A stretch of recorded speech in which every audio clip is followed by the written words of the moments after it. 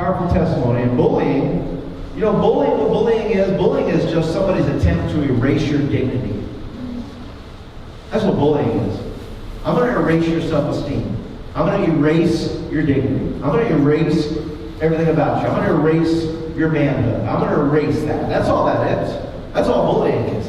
Let me tell you this. I just saw a stat here. Just came through my Twitter. It says this, in the UK, it says our national survey showed that 55% of young people were purposely left out by their friends.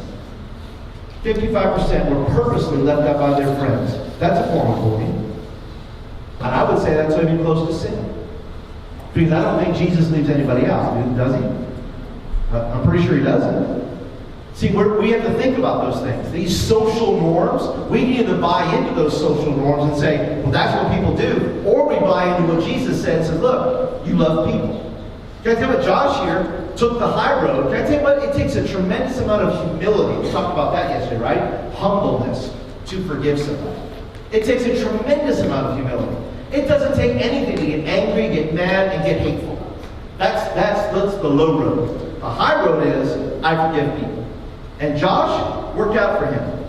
Worked out for him. And if you're in that situation, maybe you feel like you're bullied, maybe you feel like you've had a terrible school year, maybe you feel like you're not fitting in. I don't know what that is for you, but I can tell you this. The way forward isn't to hate everybody. The way forward is to forgive those that hurt you. That's the high road. That's what sets you free. Being humble sets you free. Pride, all pride does is you dig down deep into more hatred. That story could have turned very differently. But as bad as his situation was, there's people who have worse situations. Can we go to somebody named Job? Job chapter 3, 1 through 6. Who had it? We have Job 3, 1 through 6. Job, by the way, let me set up the story here. Job was a very wealthy man, right? And some people say Job was a parable. Some say it really happened. I'm finding a way.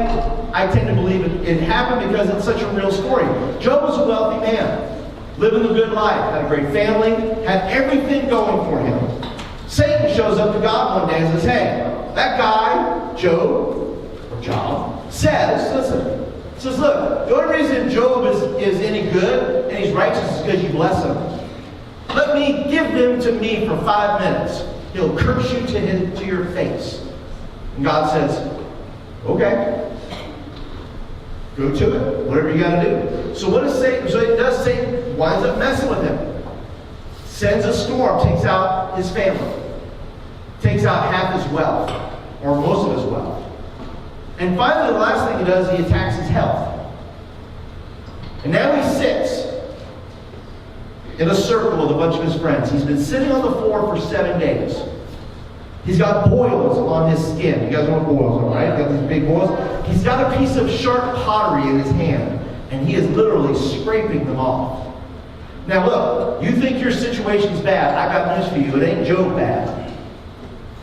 It is not. Whatever you're in now is not Job bad. Even Josh's testimony wasn't Job bad. This is bad. So he sits on the ground for 7 days with his friends, and after 7 days, even his own wife, by the way, said, Job, why don't you just curse God and die?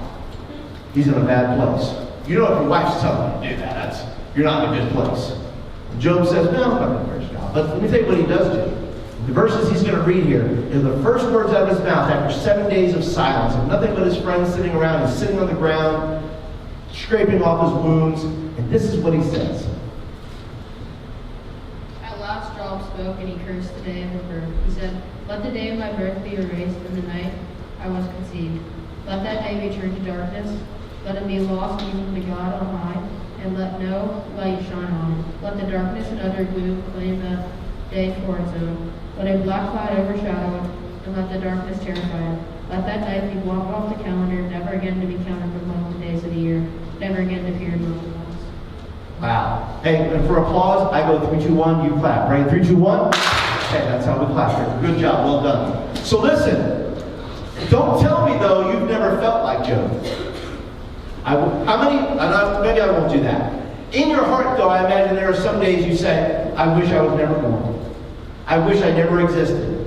It could be your worst day of school. It could be a family situation. But sometime, somewhere, maybe you said, I wish I didn't exist. I wish this day was, I wish I could just back away, like the meme where Homer Simpson is just backing into the bushes. Right? You just want to disappear.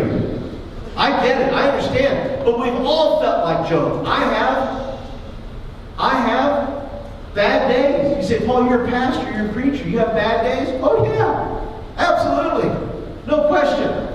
There are days, but I've not said in a very long time, I wish I didn't exist. I kind of like myself too much. I like to exist. I think most people have that in them. But there are some days you wish. Job was like, blot out my birthday. I don't even want to don't even recognize the day of my birth. We have all felt that way at some point. And I want to tell you about 3 people and where Jesus started with people.